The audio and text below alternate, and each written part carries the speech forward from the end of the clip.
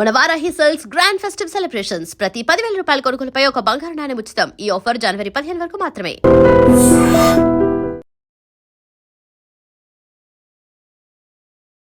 Hi hello నమస్తే, welcome back to our channel. నేను మీ వైషు. రీసెంట్గా 2 days బ్యాక్ నిధి అగర్వాల్ గారికి జరిగిన ఇన్సిడెంట్ ఇప్పుడు ఇంటర్నెట్లో ట్రెండ్ అవుతూ ఉంది. రాజా సాబ్ సినిమా నుంచి సాంగ్ లాంచ్ ఈవెంట్లో ఆవిడ పాల్గొనగా చాలా మంది జనం రావడం, తొక్కిసలాట జరగడం. తొక్కిసలాట అంటే ఆవిడతో సెల్ఫీ కోసం వాళ్ళందరూ ఎగబడడం, ఆవిడ డ్రెస్ని చించేయడం, కొంతవరకు ఆవిడని ముట్టుకొని ఇబ్బంది పెట్టడం, ఆవిడ కారులోకి వెళ్ళేంత వరకు కూడా చాలా చాలా ఇబ్బంది పడ్డారనమాట. ఈ ఇన్సిడెంట్లో ఎవరిది తప్పు? పోలీసులదా, లేకపోతే మీడియాదా, లేకపోతే అంతమంది వచ్చిన జనాందా, లేకపోతే ప్రొడక్షన్ దా, ఈవెంట్ మేనేజ్ చేసిన వాళ్ళదా, లేకపోతే ఆ మాల్ వాళ్ళదా? ఎవరిది మిస్టేక్? ఈ విషయం గురించి మాట్లాడడానికి ఈరోజు నాతో పాటు సోషల్ యాక్టివిస్ట్ కృష్ణకుమారి గారు ఉన్నారు. మేడంతో మాట్లాడదాం. హలో మ్యామ్, నమస్తే. హలో మ్యామ్, నమస్తే. నమస్తే. బాగున్నారా? బాగున్నాను. సో నిధి అగర్వాల్ ఇన్సిడెంట్ మనం చూస్తున్నాం, నిన్నటి నుంచి తెగ వైరల్ అవుతుంది. అవును, అసభ్యంగా ముట్టుకున్నారు, ఇట్లా కొంతమంది అయితే చెయ్యేసి ఇట్లా తీసుకొచ్చేసారు, కొంతమంది వెనక డ్రెస్ లాగేశారు. చాలా ఇబ్బందిగా ఫీల్ అయింది ఆ అమ్మాయి. కారు ఎక్కేంత వరకు కూడా తోస్తూనే ఉన్నారనమాట. ఎవరిది తప్పు మ్యామ్? అంటే ఆ మాల్ వాళ్ళది తప్పు అంటారా, లేకపోతే సినిమా పెట్టిన ఈవెంట్ వాళ్ళది తప్పు అంటారా, ప్రొడ్యూసర్స్ది తప్పు అంటారా, బాడీ గార్డ్స్ ఎక్కువ పెట్టుకోకపోవడం? ఎవరిది మిస్టేక్ అనొచ్చు ఇక్కడ?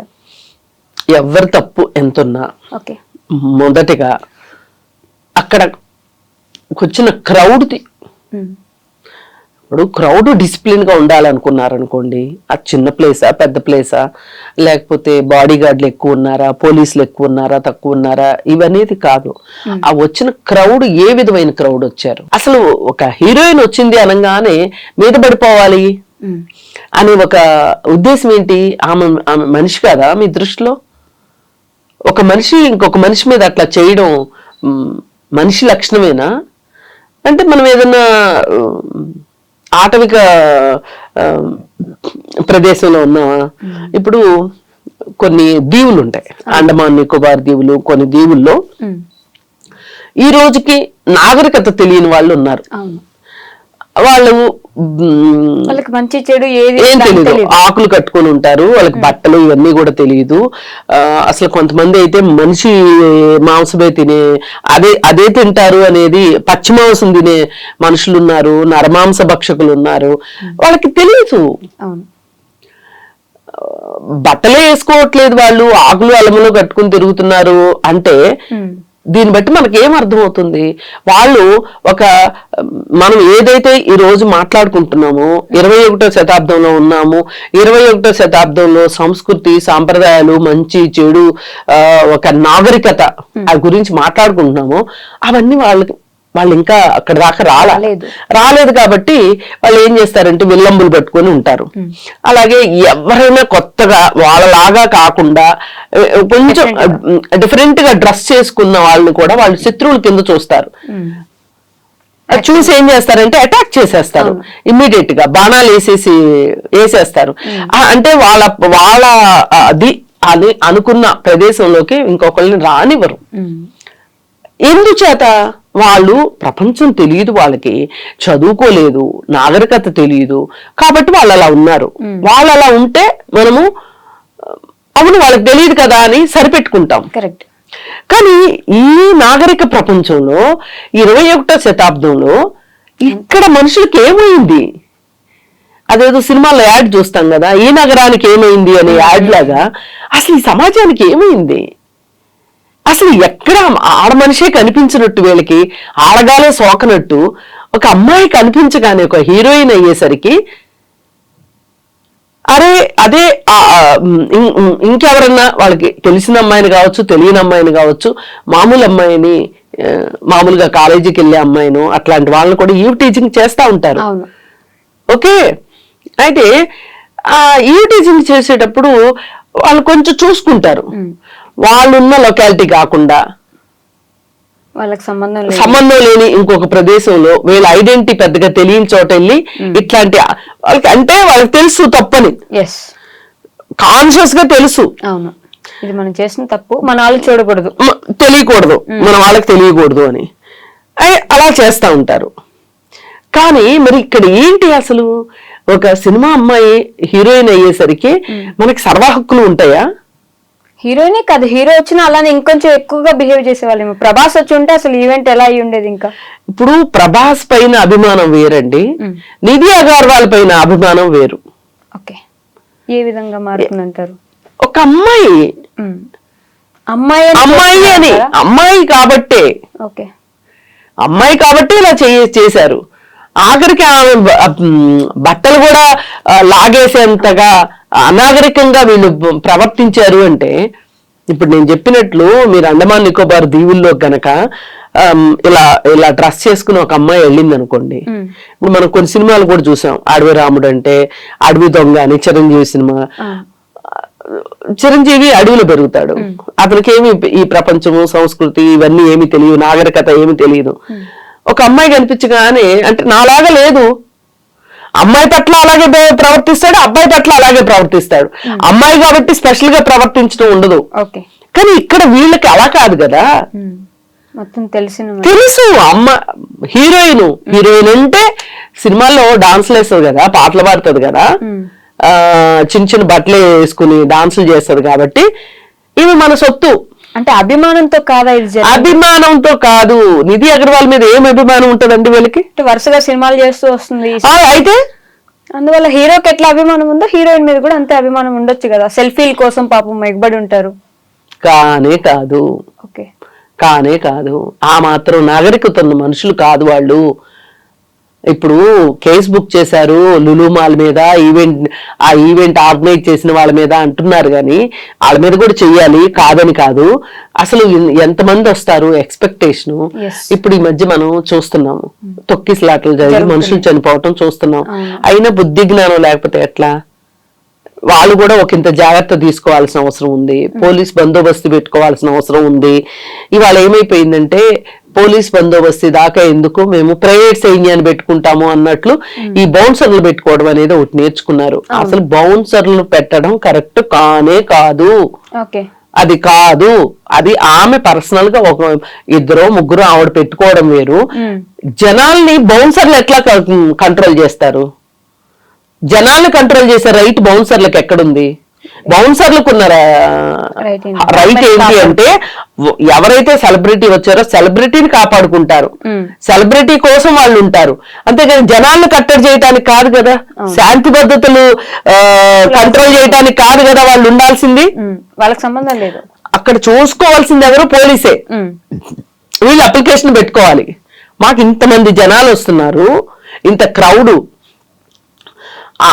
ఆ క్రౌడ్ ని కంట్రోల్ చేయడానికి మాకు ఇంతమంది, మాకు పోలీస్ బందోబస్తు కావాలి అని వీళ్ళు అప్లికేషన్ పెట్టుకోవాలి. ఇది ఈవెంట్ ఆర్గనైజ్ చేసిన వాళ్ళది తప్పు, అది వేరు విషయం. ఇంకా లక్కీగా తొక్కిసలాట జరగలేదు, అంతవరకు సంతోషం. ఎగ్జాక్ట్లీ.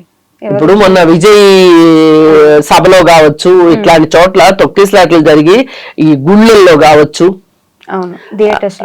విజయనగరం దగ్గర ఏదో ఒక గుడిలో తొక్కిసలాట జరిగి చాలా మంది చనిపోయారు.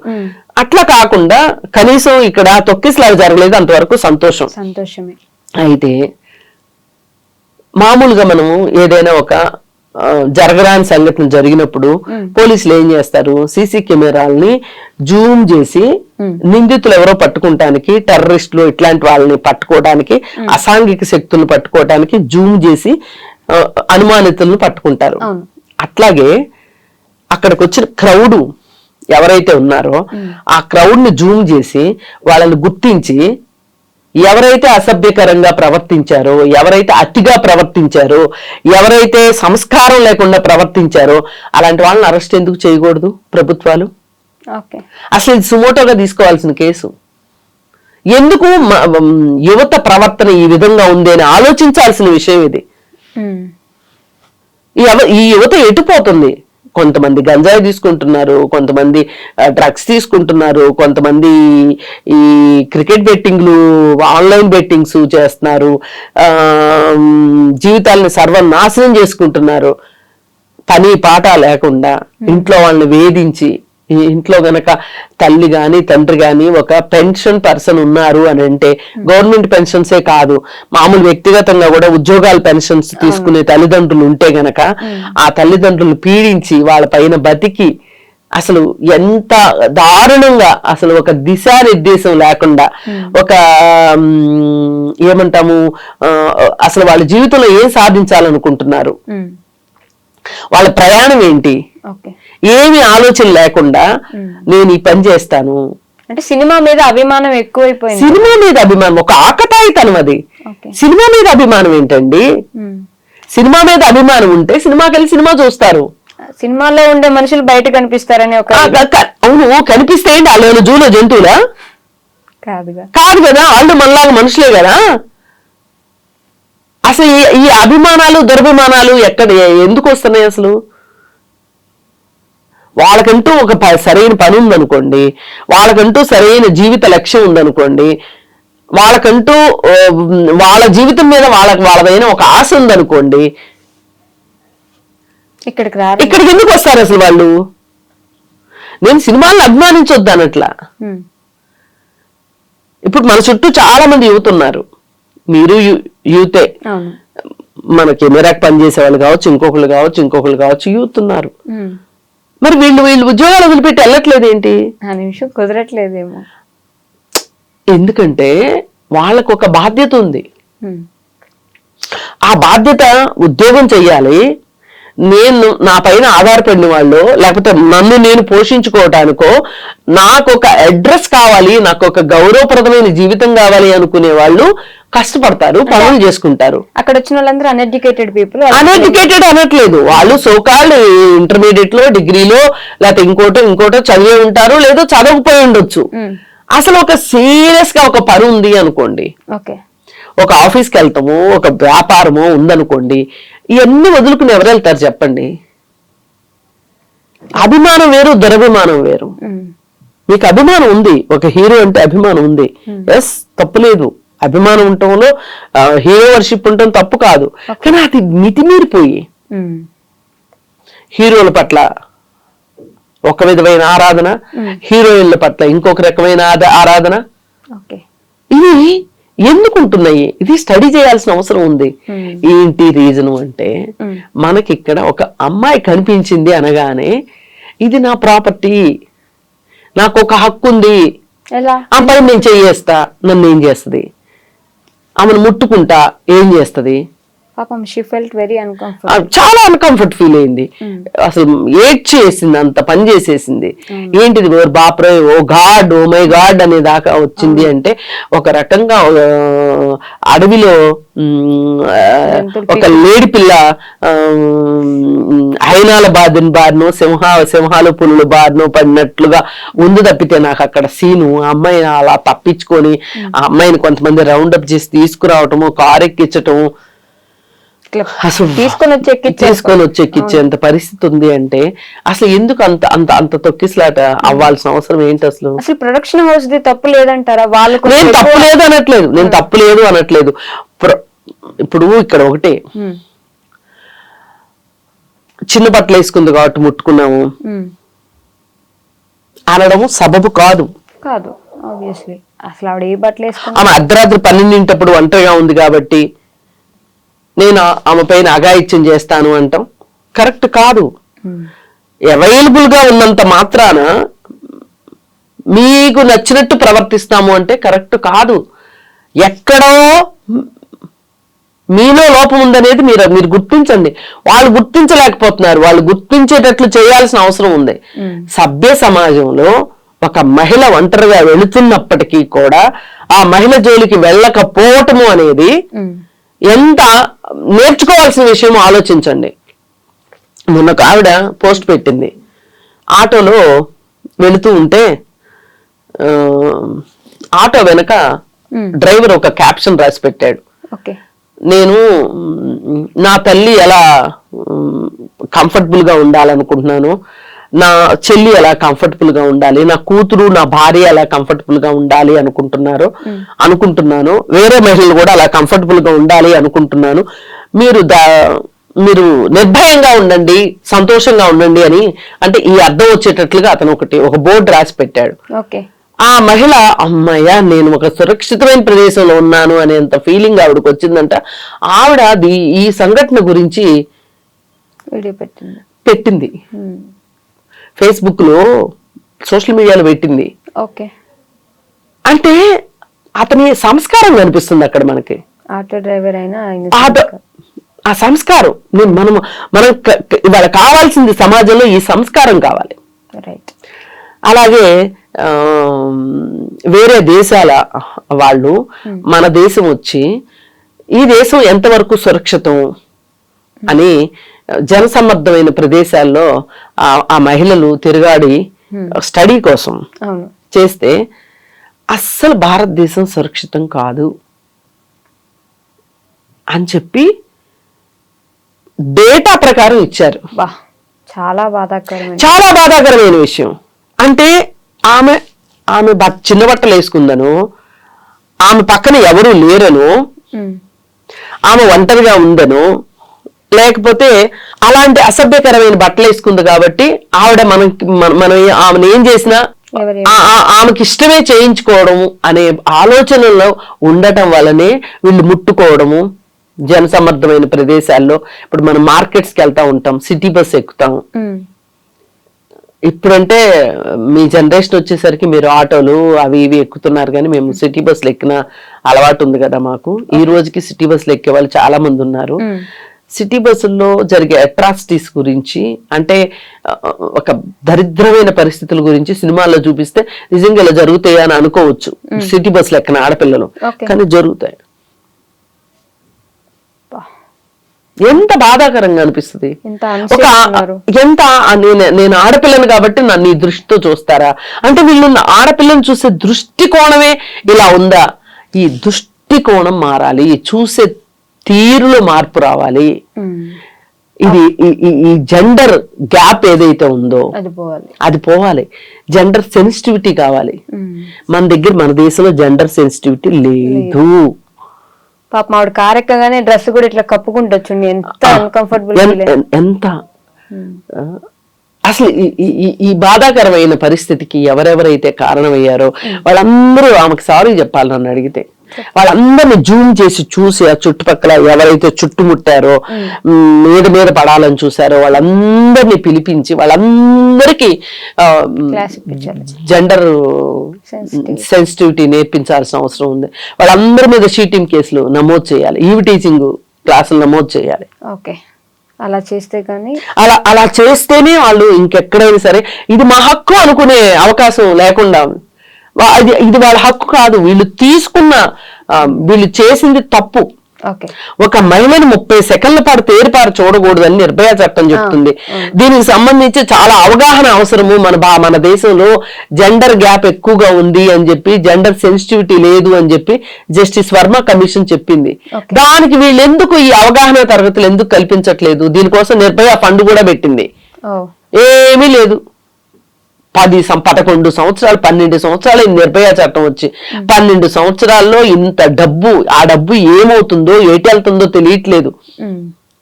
నువ్వు చేసేది తప్పురా అని చెప్పడానికి కూడా మనకు బాధ అయిపోతే, మనకు కష్టం అనిపిస్తే ఎట్లా? ఇది చేస్తే నీకు ఈ శిక్ష ఉంటది అని చెప్పటం చేత కాకపోతే ఎట్లా? అసలు ఈ ప్రభుత్వాలు దేనికి ఉన్నట్లు? అసలు నిజమే చట్టాలు తెలియదు, చట్టాలు అనేవి కామన్ సెన్స్ కు సంబంధించిన విషయాలు. సరే, వాళ్ళ కామన్ సెన్స్ కూడా పనిచేయలేదు అనుకుందాము. చట్టం గురించి చెప్పాల్సిన బాధ్యత అయితే ప్రభుత్వాలకు ఉంది కదా. ఇప్పుడు నిన్న కాక మొన్న ఇప్పుడు మన సినిమాలో చూపించేది అదే, ఆడపిల్లల్ని ఏడిపించటం, ఈవ్ టీచింగ్ ప్రతి సినిమాలో ఉంటుంది. సరే, సినిమాలు అలా చచ్చినాయి. నిన్న కాక మొన్న బీహార్ లో నితీష్ కుమార్ ఆమె లాగేశాడు హిజాబ్ లాగి, ఆమె ఏం చేసింది, చాలా మంది హేళనగా మాట్లాడుతున్నారు, హేళనగా నవ్వుతున్నారు, ఆ చుట్టూ చాలా మంది నవ్వారు. నేను అసలు ఉద్యోగమే తీసుకొని పొమ్మన్నది. ఇప్పుడు వీళ్ళని చూసి ఏం నేర్చుకుంటారు చెప్పండి? సీఎం అంతటైనే చేశాడు, అంత వయసు ఉంది, బుద్ధి జ్ఞానం లేకుండా చేశాడు. ఎవరి సంతోషం కోసం చేశాడు? ఎవరి కళ్ళల్లో సంతోషం చూడాలని చేశాడు నితీష్ కుమార్? అసలు ఒంటి మీద వయసు వస్తే సరిపోయిందా? ఇట్లాంటి వాళ్ళని చూసుకోదు, ఇట్లాంటి వాళ్ళు తయారయ్యేది అసలు అవసరమే లేదు కదా ఆవిడ మొహం మీద. నీకెందుకు అసలు ఆ మొహం ఏదైతే నీకెందుకు? ఎలా ఉంటే నీకెందుకు? నీకు అవసరమే లేదు. దాన్ని సమర్థించే వాళ్ళు ఉన్నారు. సమర్థించే వాళ్ళు ఇంకా ఆయన ఏముంది, గుడ్డే కదా తీసాడు, ఎక్కడైనా ముట్టుకోకూడని చోట ముట్టుకున్నాడా? అది వాళ్ళు చాలా గౌరవంగా భావిస్తారు. గౌరవంగా భావించినా భావించకపోయినా అసలు తీయాల్సిన అవసరమే లేదు, ముట్టుకోవాల్సిన అవసరం లేదు. నీ పని ఏంటి? ఆ సర్టిఫికేట్ ఆమెకి ఇవ్వటం, నియామక పత్రం ఆవిడికి ఇవ్వటం, అంతే. అంతవరకే నీ డ్యూటీ బాగా చెయ్యమ్మా అని చెప్పచ్చు, అభినందనలు తెలపచ్చు. లాగి చూడాల్సిన అవసరం ఏంటి? ఒక ముస్లిం మహిళలు లాగి చూస్తే ఈ దేశం అడిగేవాళ్ళు లేరు. అదే మార్వాడీలు ముసుకేసుకుంటారు కదా, ముసుగు తీసి చూడమనండి, కొంపలు అంటుకుపోతాయి. చేయరు. అంటే నేను చేయమని అన్నట్లే, నేను వీళ్ళని చేయొద్దు వాళ్ళని చేయొద్దు, ఎవరిని చేసే హక్కు మీకు లేదు. ఇవాళ ఎవరు ఈ దేశంలో అతిగా ట్రోల్ చేయబడుతున్న వాళ్ళు ఎవరు అంటే ఎస్సీ ఎస్టీలు, ముస్లిమ్స్, మహిళలు. వీళ్ళంటే లెక్కలేదు ఈ అధికారంలో ఉన్న వాళ్ళకి. కానీ నిజానికి ఈ ఎస్సీ ఎస్టీలు, ముస్లింలు, మహిళలు వీళ్ళంతా ఒకటైతే అసలు వీళ్ళు పీఠాలు కదిలిపోతాయి, అధికారాలు కూలిపోతాయి. అసలు మిగతా వాళ్ళు ఎంతమంది ఉంటారు? ఈ దేశంలో సగం మంది మహిళలు ఉంటారుగా, ముస్లింలు ఉన్నారు, ఎస్సీ ఎస్టీలు ఉన్నారు. వీళ్ళందరూ వీళ్ళ మీదనే మీ ప్రతాపం అంతా. ఏమి నితీష్ కుమార్కి ఏమైంది? ఎన్ని సంవత్సరాలు? నీ వయసు ఎంత? నీ పదవీ కాలము అలా కాదు. నువ్వు ఇన్నిసార్లు సీఎం అవ్వాలనే తాహతా కాకపోతే బీజేపీ వాళ్ళు నీకు తక్కువ సీట్లు వచ్చినా నీకు నిన్ను సీఎం చేశారు కదా. నువ్వు ఆ కృతజ్ఞతలు చాటుకోవటానికి నీ ప్రతాపం ముస్లిం మహిళ మీద చూపించావు అంటే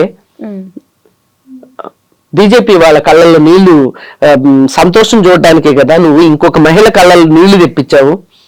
ఎంత క్రూరత్వం ఇది! ఇట్లాంటి చూసిన వాళ్ళు ఏం చేస్తారు చెప్పండి? ఇవన్నీ లింకు, ఇవన్నీ ఒక దారానికి ఉన్న పూసలు. ఇవన్నీ మనం దేనికి విడివిడిగా చూడక్కర్లా, ఇవన్నీ ఒకటే.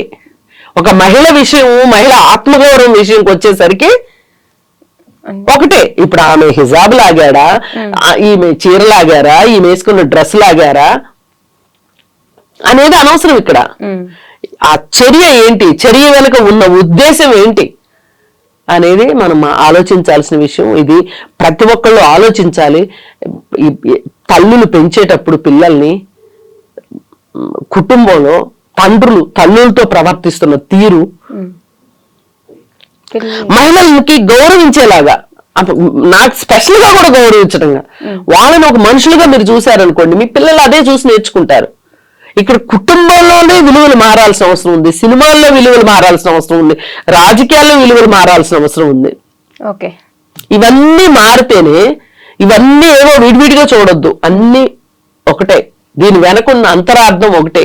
వీళ్ళకి మహిళ ఒక చులకనైన విషయం. మహిళను ఏం చేసినా ఎవరో ఏమి చేయలేరు. మహిళను ఏమి చేయొచ్చు, అసలు అదొక లైసెన్స్ లాగా ఫీల్ అవుతున్నారు. ఘోరమైన సిచ్యువేషన్ లో మనం ఇంకా ఉన్నందుకు మనం ఉన్నందుకు బాధపడాలో. పైగా ఈ హైదరాబాద్ లాంటి మెట్రోపాలిటన్ సిటీలో ఒక అనాగరికమైన చర్య. దీనిని ఎలాంటి ప్రదేశంలో మనం ఉన్నందుకు సిగ్గుపడాల. అందుకని ఖచ్చితంగా ఇప్పుడు ఆ ఉన్నవాళ్ళు ఎవరెవరు అనేది కనుక్కోవడం పెద్ద కష్టమేమీ కాదు. చేమ చిటుక్కుమన్నా కనుక్కోగలిగినంత పరిజ్ఞానం మన దగ్గర ఉంది.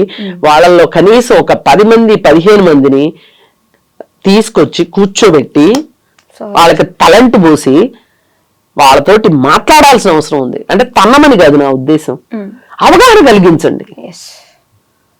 ఇది పరిస్థితి. ఇట్లా చేసే హక్కు మీకు లేదు. అసలు మీ ఉద్దేశం ఏంటి? ఏ ఉద్దేశంతో మీరు వాళ్ళతో మాట్లాడాలి? ఎందుకంటే ఇవాళ ఇలా చేసిన వాళ్ళు రేపు ఇంకో చోట చేస్తారు కదా. ఇది ఒక అలవాటుగా మారొద్దు, ఒక హక్కుగా ఫీల్ కావద్దు. ఆ సంగతి వాళ్ళకి అర్థమయ్యేటట్లు మాట్లాడాలి. మాట్లాడితేనే ఇట్లాంటివి జరగకుండా ఉంటాయి. అదర్వైజ్ మనం ఎంత మాట్లాడుకుని గొంతు చించుకుని మాట్లాడినా ఉపయోగం లేదు. ఇక్కడ ప్రభుత్వమే చేయాల్సిందే. ఓకే. ప్రభుత్వం పైన ఆ బాధ్యత ఉంది. Okay ma'am, thank you.